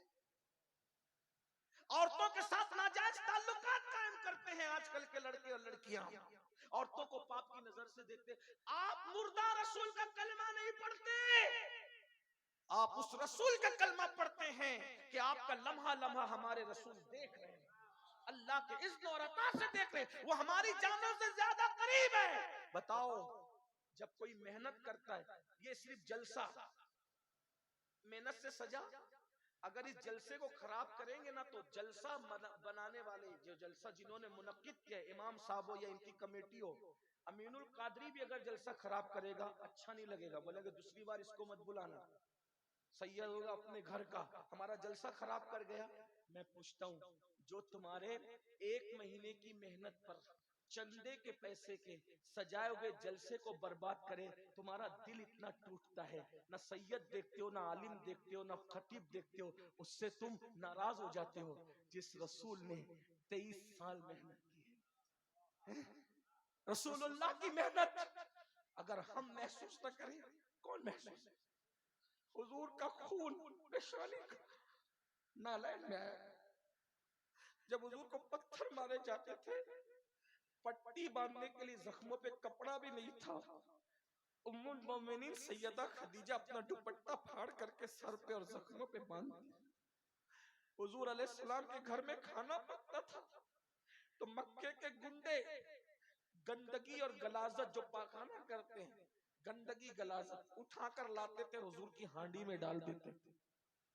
غور کیجئے، چلتے تھے تو کانٹے بچھائے جاتے تھے، کانٹے. یہ حضور کی 2 بیٹیوں کو طلاق دیا گیا اس لیے کہ حضور دین کا کام نہ کریں. 3 سال تک کے گھاٹی میں پورے خاندان کو قید کر دیا گیا. رسول اللہ کے گھر کے بچوں نے درخت کی پتیاں چبائی، چمڑے جلا کر کے پیس کر کے اس کا شربت بنا کر کے پیا. یہ محنت ہے. اب بتاؤ جب تمہاری وجہ سے شادیاں مہنگی ہوگی، کار مانگو گے، جہیز مانگو گے اور بیٹیاں غیروں کے ساتھ بھاگے گی، شادیاں مہنگی ہوگی یا پیٹ کے بچے قتل کیے جائیں گے، اور جب میدان محشر میں تم رسول اللہ کی بارگاہ میں حاضر ہوں گے میلاد منا کر یا جو بھی دعوے کر کے، حضور چہرہ پھیر لیں، حضور چہرہ پھیر لیں، بتاؤ کیا ہوگا؟ آج رسول اللہ کی محنت کو کا احساس نہیں ہے تمہیں؟ کوئی شراب پی رہا ہے، کوئی نشہ کر رہا ہے، ارے شراب کی بوتل ہاتھ میں آنے سے پہلے تجھے محسوس ہونا چاہیے کہ یہ دین میرے گھر تک کتنی محنتوں سے پہنچا. ایسے منافق صفت دیندار مت بنو، زبان پہ جلسوں میں دین اور اندر دنیا. جب تم بیٹے کا رشتہ طے کرنے جاتے ہو تو مولانا کیا کہتے ہیں؟ مولانا میری بیوی نہیں مان رہی ہے، وہ جہیز کا مطالبہ کر رہی ہے. اتنے فرما بردار ہو بیوی کے، ہر دن تم چلاتے ہو بیوی کو اور شادی کے موقع پہ تمہیں بیویاں نظر آتی ہیں. بہانے سب مانگ رہے ہیں. اور اگر میری یہ گستاخی معاف ہو تو میں ہندوستان کی زمین پہ یہ ضرور کہہ رہا ہوں کہ صرف دنیا دار لوگ نہیں، دیندار طبقہ بھی اس لعنت میں ملوث ہے. کیا جواب دو گی اللہ کو؟ کیا جواب دو گی؟ اگر واقعی میلاد منانا ہے تو انقلاب کا حصہ بنو اور آج سچے دل سے طے کرو مجھے خوش کرنے کے لیے نہیں، اپنے نبی کو، میلاد والے رسول کو جس کے ذریعے سے میں جنت لینا ہے ان کو خوش کرنے کے لیے کہ انشاءاللہ اب میں اپنی شادی کروں یا اپنے بچوں کی شادی کروں. جو کنوارے وہ اپنی شادی کے بارے میں، جو اولاد والے وہ اپنی اولاد کے بارے میں یہ حضور سے وعدہ کریں، مجھ سے نہیں، کہ یا رسول اللہ اگر آپ کی امت کی بیٹیاں جیش کی وجہ سے پیٹ میں قتل ہو رہی ہے یا اوروں کے ساتھ بھاگ رہی ہے تو جب میں اپنے بیٹے کا نکاح کروں گا تو انشاءاللہ میں یوں کہوں گا کہ بغیر جہیز کے نکاح کروں گا. اگر میرا سمدھی دینا بھی چاہے گا تو میں کہوں گا جا کسی اور موقع سے دے دینا، لیکن جہیز کا خاتمہ کروں گا. اور اللہ اکبر، بغیر جہیز کی شادی کر کے دنیا کو بتاؤں گا کہ نبی کے نام پہ جان دینا بھی جانتے ہیں اور بدعت کا خاتمہ کرنا بھی جانتے ہیں. اگر یہ ہو گیا انقلاب آئے گا، تبدیلی آئے گی. یاد رکھنا اس دین کو ہمارے گھر تک پہنچانے کے لیے اللہ کے رسول کی بہت محنتیں ہیں. اس محنت کا احساس کرو. آج ہم صرف زبان سے میلاد مناتے ہیں، جھنڈے لگاتے ہیں، لیکن حضور کی محنت کا ہمیں احساس. بھائیو ایک دن میں 3 بار کپڑے بدلتے ہو، اچھا ہے بدلو، 4 بار بدلو. ہماری قادری، ہم تو قادری صوفی لوگ ہیں، ہمارے قادریت بہت تصوف میں بہت انجوائے والی ہے. ہمارے غوث پاک کہتے ہیں اچھا کھاؤ، اچھا پہنو، اچھے کام کرو. ہمارے غوث تو اتنا مہنگا پہنتے تھے کہ بادشاہ کو بھی پہنو، 4 بار پہنو. لیکن اتنا ضرور کہتا ہوں 4 بار کپڑے بدلنے کے بعد یہ مت بھولو کہ اسی دین کے لیے صحابہ جو احد میں شہید ہوئے تھے ان کو کفن بھی نصیب نہیں ہوا تھا. بغیر کفن کے دفن ہونے والے صحابہ کی قربانی بھی یاد کر. کتنی عورتوں کا سہاگ اجڑا ہے نا تب ہمارے گھر پہ اسلام پہنچا. کتنے بچے یتیم ہوئے تب ہمارے گھر پہ اسلام پہنچا. کتنی جانیں گئی تب ہمارے گھر پہ اسلام پہنچا. اب بتاؤ ہم نے اپنے بچے کو ڈاکٹر بنانا چاہا، انجینئر بنانا چاہا، ٹیچر بنانا چاہا، سب بنایا. بناؤ، بالکل بناؤ. کیا آپ نے اپنے بچے کو مسلمان بھی بنایا؟ بتاؤ. ٹیوشن کے لیے جگاتے ہو، اسکول جانے کے لیے صبح 5 بجے جگاتے ہو، کبھی اپنے بچوں کو نماز کے لیے بھی جگایا؟ بہت معذرت کے ساتھ جو رسول کہیں کہ نماز میری آنکھوں کی ٹھنڈک ہے، نماز پڑھتے ہو؟ نہیں. جلسے میں آئیں 3 گھنٹہ بیٹھیں گے، 5 گھنٹہ بیٹھیں گے. کتنے لوگ عشاء پڑھ کے ہاتھ مت اٹھانا، ذلیل کرنا مقصد نہیں. حضور کی امتی ہو، ہم سے بہتر ہوا، آپ کی حرمت کو کعبے سے افضل قرار دیا گیا ہے. لیکن اتنا پوچھتا ہوں عشاء کتنے پڑھ کے آئیں اور جا کے فجر کتنے پڑھیں گے؟ بہت معذرت کے ساتھ عرض کروں جو جلسہ کرتے ہیں نا وہ بھی الا ماشاءاللہ نماز نہیں پڑھتے. جلسے کی مصروفیت میں یہ مغرب بھی چھوڑتے ہیں، عصر بھی چھوڑتے ہیں، عشاء بھی چھوڑتے ہیں. کروڑوں جلسے ایک پلڑے میں رکھا جائے اور ایک سجدہ فرض ایک پلڑے میں رکھا جائے، کروڑوں جلسے اس سجدے کا بدل نہیں ہو سکتے. آپ کیا سوچ رہے ہو نماز چھوڑ دوں گا میلاد کے ذریعے بخش دیا جاؤں؟ بھائیو ہمارے یہاں میلاد فرض نہیں ہے، علماء موجود ہیں، نفل ہے، مستحب ہے. زیادہ سے زیادہ حضور سے محبت کا اظہار ہے. میں منع نہیں کر رہا ہوں، الحمدللہ میلاد پر میری تقریریں موجود ہیں. ہم کہتے ہیں جو میلاد منانے سے منع کرتے ہیں ان کے دل سیاہ ہو گئے، ہم ان سے مقابلہ کر رہے ہیں. لیکن آپ سے کہتا ہوں میلاد مناؤ گے نفل مستحب کر کے اور فجر چھوڑ دو گے، نمازیں چھوڑ دو گے، پھر سوچو کہ حضور بخشوا لیں گے. دیکھو حضور تو کسی کو بھی بخشوا سکتے ہیں، ان کی شان ہے. ایک میں کیا، میرے عصیاں کی حقیقت کتنی، مجھ سے 100 لاکھ کو کافی ہے اشارہ تیرا. لیکن یہ بھی سن لو وہ جس کو چاہے بخشوا سکتے ہیں، وہ مختار کل ہے، نبی مختار کل ہے، جس کو جو چاہے عطا کر دے. یہ میرا عقیدہ ہے. اگر وہ چاہے تو کروڑوں کو اشاروں میں بخش دیا جائے، مگر انہوں نے ہی فرمایا جس نے جان بوجھ کر نماز چھوڑ دی قیامت کے دن اس کے ساتھ میرا کوئی وعدہ نہیں ہے. میں محمد اس سے بیزار ہوں، وہ میرے ذمے سے باہر ہو گیا ہے. کہاں گئی نماز؟ نماز کہاں گئی؟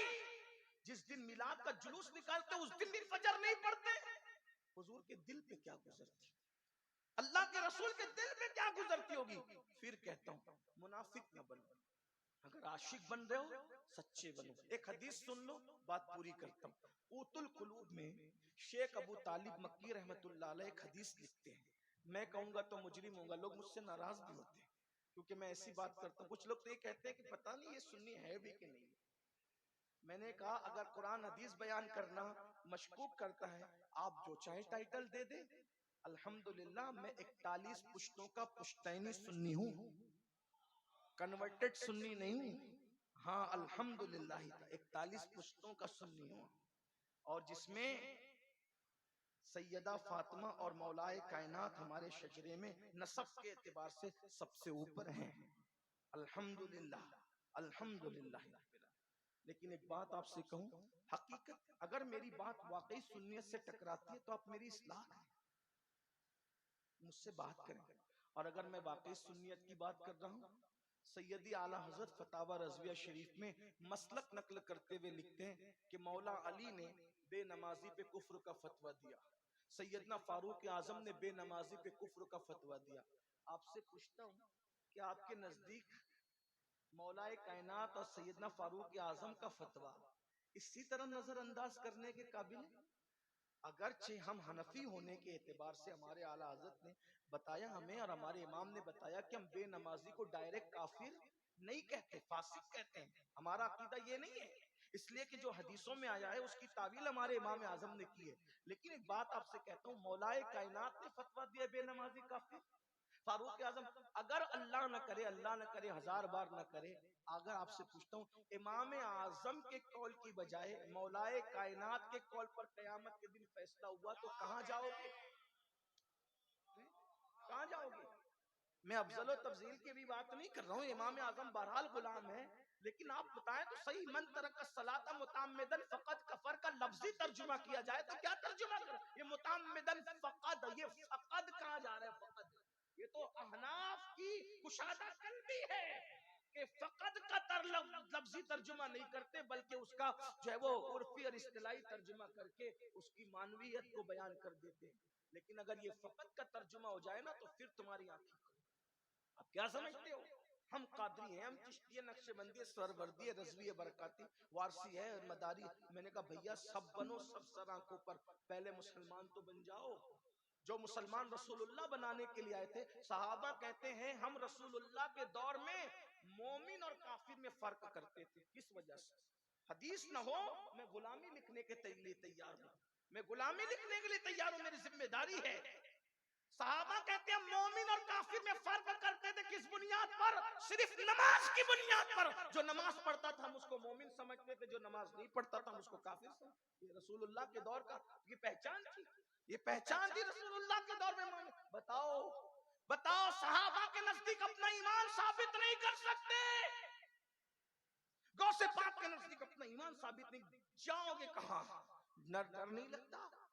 جو مال اور جو دولت قبر میں نہیں لے کر کے جاؤ گے, اس کے لیے 12 14 گھنٹے محنت کرتے ہو, اور جو نماز قبر کے اندر ساتھ جائے گی اس کے لیے 10 منٹ نہیں نکال سکتے. صرف 10 منٹ کا ٹائم لگتا ہے ایک وقت کی نماز کے. میں کہتا ہوں جنت کے لیے نہ پڑھو, کم سے کم سچے سنی بننے کے لیے تو نماز پڑھ لو. نماز میں حضور علیہ السلام کی آنکھوں کی ٹھنڈک ہے, ٹھنڈک. اور یاد رکھنا آقا فرمانے کہ قیامت کے دن اس کے ساتھ میرا کوئی وعدہ نہیں ہے, میں اس سے بیزار ہوں. اور یاد رکھنا ہم سنیوں کا عقیدہ ہے, سنیوں جب تک رسول اللہ کے ہاتھ نہیں اٹھیں گے جنت کسی کو نہیں ملے گی. تم اور میں تو دور کی بات, عالم مولانا مفتی صحابہ دور کی بات, خلیل اللہ کو بھی اس دن رسول اللہ کی حاجت ہے. خلیل اللہ کو حاجت رسول اللہ کی. جب تک حضور کی بارگاہ میں اللہ اکبر نگاہ کرم نہ ہوگی کسی کی بگڑی نہ بنے گی. اب سوچو, نماز چھوڑنے والوں 10 منٹ کا ٹائم لگتا ہے, میلاد منانے والوں مناؤ, دھوم سے مناؤ میلاد, حشر تک ڈالیں گے ہم پیدائش مولا کی دھوم, مثل فارس نجد کے قلعے گراتے جائیں گے, خاک ہو جائیں عدو جل کر مگر ہم تو رضا, دم میں جب تک دم ہے ذکر ان کا سناتے جائیں گے. میلاد منائی جاتی رہے گی لیکن غور سے سننا. حضور کے پاس گئے, یا رسول اللہ نظر کرم کر دے, جنت دے دے. اور حضور نے نظر پھیر, چہرہ پھیر لیا. ظالم, تو زنا کی فلمیں تو دیکھتا تھا لیکن 10 منٹ تجھے نماز کے لیے نہیں تھا. مال کمانے کے لیے کلکتہ, دلی اور سعودی تک گیا, لیکن گھر کا بسترا چھوڑ کے محلے کی مسجد تک نماز کے لیے میری آنکھوں کی ٹھنڈک کے لیے نہ جا سکا. بولو یہ دنیا ہے، بے وفا ہے. بھائیو اولاد کے لیے جو کما کے جما رہے ہو جماؤ، بہت جماؤ، اللہ تمہیں خوب دے، میں منع نہیں کر رہا ہوں، لیکن یہ سب اولاد عیش کرے گی عیش. جیتے جی بچے 24 گھنٹے میں خیریت کا فون نہیں کرتے ماں باپ کو، یہ مرنے کے بعد مغفرت کی دعا کریں گے یہ مصلوب بچے؟ خود سوچو، سعودی چلے جائیں، دلی چلے جائیں، کلکتہ کمانے کے لیے، بوڑھی ماں انتظار، اس کو تو بڑا فخر کہ میرا بچہ سعودی میں ہے، میرا بچہ دلی میں، میرا بچہ کلکتہ میں. 24 گھنٹے میں ایک فون نہیں آتا بوڑھے ماں باپ. بتاؤ نا، عبرت لے لو عبرت. اللہ سب کے بچوں کو نیک بنائے، لیکن عبرت لے لو کہ جو بچے 24 گھنٹے میں ہمیں جیتے جی فون نہیں کر رہے ہیں، وہ ہماری مغفرت کے لیے دعا کیا کریں گے؟ جو کچھ کرنا اپنے لیے کر لو، یہی سے کر لو، اپنے ہاتھوں سے کر لو. لا تنس نصیبک من الدنیا، دنیا سے اپنے نصیب کا مت بھولو، سوائے کفن کے کچھ نہیں لے جاؤ گے. سب یہاں بہویں راج کرے گی، بیٹے راج کرتے رہیں، لیکن آپ کا ہمارا کوئی نہیں ہے. قبر میں کیڑے چلیں گے، ان موٹے موٹے نرم نرم خوبصورت جسموں میں کیڑے چلیں گے. بہت گھمنڈ ہے نا اپنے نسب پر، اپنے جسم پر، اپنی دولت، کیڑے چلیں گے. میں کوئی بددعا کے طور پہ نہیں کہہ رہا ہوں، حقیقت ہے. ایسے کیڑے کہ ہڈیاں بھی چاٹ جائیں گے کیڑے، کیونکہ حضور سے وفا نہیں کی، نماز نہیں پڑھی، حضور کی بات نہیں مانی، صرف زبان سے دعوے کرتے رہے. مگر ہاں، اگر کوئی سچا رسول اللہ کا وفادار ہے، کیڑا چلنا تو دور کی بات، انشاءاللہ اس کا کفن بھی میلا نہیں ہوگا. لیکن کوئی وفا تو کرے. جو حدیث پڑھنے لگا تھا وہ سن لے، بات میں پوری کرتا ہوں. قوت القلوب میں شیخ ابو طالب مکی رحمۃ اللہ علیہ حدیث ہے کہ اللہ کے رسول علیہ السلام کا ارشاد ہے، میرے آقا فرماتے ہیں جو مجھ سے عشق کا دعویٰ کرے، ہم سب عاشق لوگ ہیں نا، عشق کا دعویٰ، آقا فرماتے ہیں جو مجھ سے عشق کا دعویٰ کرے اور پوری رات سوتا رہے، میں محمد اعلان کرتا ہوں کہ وہ جھوٹا ہے، جھوٹا. جو رات بھر سوئے عشق کا دعویٰ کر کے وہ جھوٹا ہے، تو جو فجر میں بھی سوتا رہے صبح کے وقت وہ کتنا بڑا جھوٹا ہوگا. اس کا مطلب جو عاشق لوگ ہیں نا وہ راتوں کو سوتے نہیں ہیں، عشق ہو جائے تو درود پڑھتے جگیں گے، نفل پڑھتے جگیں گے. دیکھا اس عاشق کو، دیکھا اس عاشق کو جو ماں کے پیٹ سے ولی پیدا ہوا تھا، لیکن 40 سال تک عشاء کے وضو سے فجر کی نماز پڑھی. غوث پاک کو جانتے ہو کہ نہیں جانتے؟ انہیں کیا ضرورت تھی؟ ماں کے پیٹ سے ولی پیدا ہوئے تھے. لیکن عشق جتنا زیادہ ہوتا ہے آدمی عبادت اتنی ہی زیادہ کرنے لگتا ہے. ہم کیسے عاشق ہے کہ 3 دن تک پاک بھی نہیں رہتے، کھڑے ہو کے پیشاب کرتے ہیں. ہم کیسے عاشق ہے کہ ہفتے پر مسجد جانے کی توفیق بھی نہیں ہوتی. ایک جملہ کہہ دوں برا نہ مانو تو، جو عشق تمہیں گھر سے نکال کے مسجد تک نہیں لے جاتا، اتنا کمزور ہے تمہارا عشق. تو جو عشق اتنا کمزور ہو جو گھر سے مسجد تک نہ لے جا سکے، وہ عشق تمہیں کبھی جنت تک نہیں لے جا سکتا. عشق تو وہ ہے جس نے حنظلہ کو پہلی رات کی دلہن چھڑوا کر احد کے میدان تک لایا. عشق تو وہ ہے جس نے امام حسین کو مدینے کا آرام چھڑوا کر کربلا تک لایا تھا. عشق تو وہ ہے جس نے حمزہ کو اتنا حوصلہ دیا تھا کہ کلیجہ چبوا کر بھی مسکرا رہے تھے. عشق یہ ہے. یہ عشق والے مزے لے رہے ہوں گے اور ہم جیسے جو صرف دعویٰ کر رہے ہیں دعوے میں رہ جائیں گے. دعا کرو اللہ میں سچا عاشق بنائے. عہد کرو، بولو کرتے ہو عہد؟ آج سے نماز چھوٹے گی؟ بولو آج سے نماز چھوٹے گی نہیں. کتنے لوگ اللہ کے رسول کو گواہ بنانے کے لیے ہاتھ اٹھا کر وعدہ کرتے ہیں کہ انشاءاللہ 5 وقت کی پڑھیں گے؟ حضور کے نام پہ بتاؤ کتنے ہاتھ اٹھاتے؟ ہاں ماشاءاللہ، اٹھا کے رکھے، حضور گواہ ہو جائے. ذرا ہم بھی تو دیکھیں. ہم دیکھیں نہ دیکھیں لیکن مدینے کی سرکار دیکھ لیں. اٹھائیں، بولو وعدہ کرتے ہو؟ اے اللہ وعدہ کرنا تیرے محبوب کے نام پہ ان کا کام ہے، اس وعدے کی لاج رکھنا تیرے کرم پر ہے. اللہ سب کو نماز. دوسرا تھوڑا مشکل وعدہ، کتنے وہ غیر شادی شدہ لڑکے ہیں جو وعدہ کرتے ہیں کہ بغیر جہیز کے شادی کروں گا. ہائے ہائے، سبحان اللہ، اٹھا کے رکھیں. یہ میلاد انقلاب کا نام ہے.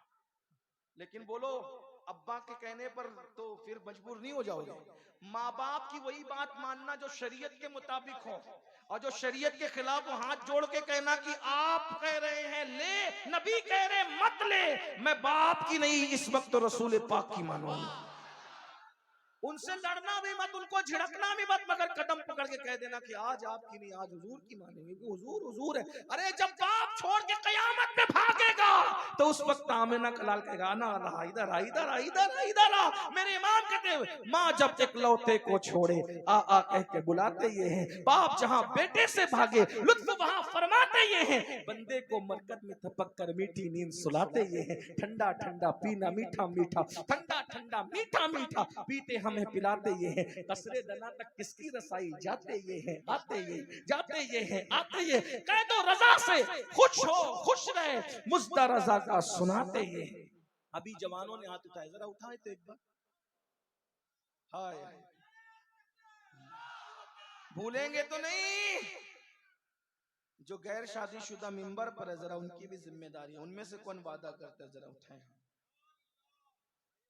ممبر والے بھی حضور کی امت سے الگ نہیں ہیں, تھوڑا گستاخی معاف کر دیں.